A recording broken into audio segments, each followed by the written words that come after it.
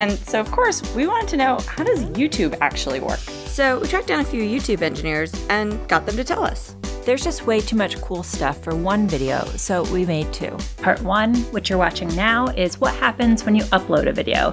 In part 2, we find out what happens when you play a video. But for now, keep watching and we'll get into uploading.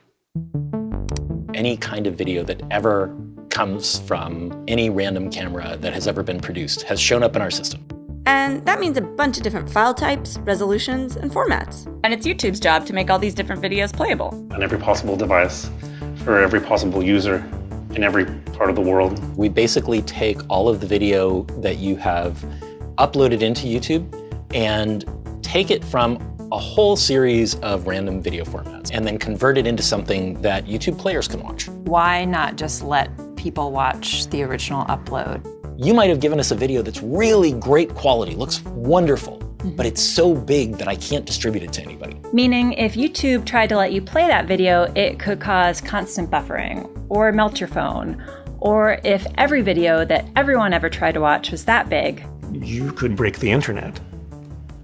And that's not good. yeah. To not break the internet, YouTube does something called processing. Let's say you upload a video to YouTube. The first thing we do is start looking at it to figure out how we're going to make it smaller. We'll examine the video, try and understand what's the resolution, what's the frame rate, and then we'll generate what we call a mezzanine. In other words, a high-quality copy of your video. That lets us carve it up into chunks About 5 seconds each. and then pass each chunk off to a different machine and have that machine process just this little piece of video.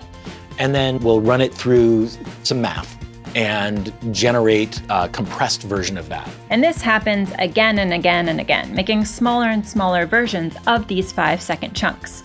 And then all of these corresponding chunks get stitched back together. We'll generate maybe 25 different video outputs depending on the resolution of the input coming in. So if you've uploaded a 4K video and someone has an HD TV, they could watch the 4K version. Or if you're just a sloth in the middle of the jungle with sloth speed internet, there's still a smaller version that you can also watch. But how does YouTube actually make all these smaller versions of your original video? Well, this is where this video is gonna get kind of technical, but we promise if you stick with us, we'll make it worth your while. When people talk about media files, you might hear the word codec. And codec is sort of a jargon shorthand for compression and decompression. And using a bunch of clever math can shrink a file down to make it much smaller. You can get hundreds of times smaller without any visual loss in quality, just because that's the way our brain sees things.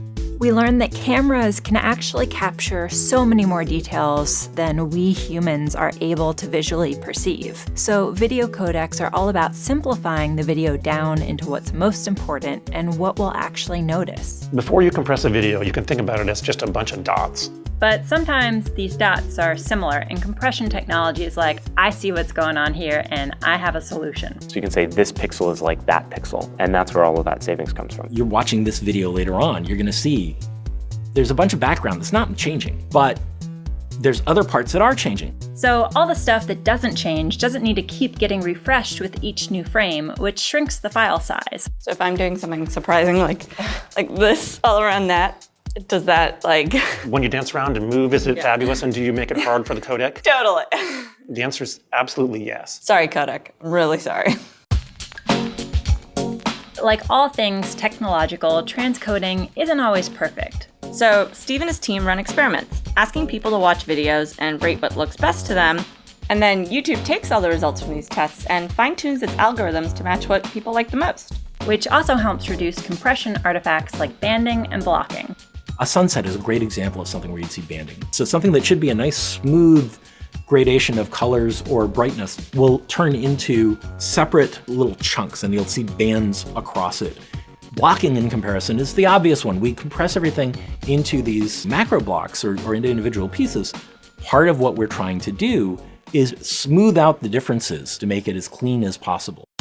And because a YouTube video is more than just the video itself, every time you upload, YouTube is also finding the best thumbnail options for you. And recognizing speech in order to generate automatic captions. And using machine learning to help figure out what's going on in your video that could make it more searchable. And math and computers and coding is crazy because this is happening for thousands of videos every single second. How do you think about the size of YouTube? On one hand, in the history of things, YouTube is among the most popular things ever. But in the end, what YouTube is about connecting an individual or a small group of people with an individual or a small group of people. So as the number of people in the world watch YouTube grows and the amount that YouTube gets consumed grows, that intimate connection never changes. It really is just about this like person-to-person connection. So thanks for watching this video. If you're interested, check out part 2 about what happens when you play a YouTube video. And if you dig what we're doing, subscribe, because we really like breaking down technology, and we hope you do too. And also dancing. Compression dance. Ooh, these dance moves are so hard to compress. Deal with that, YouTube.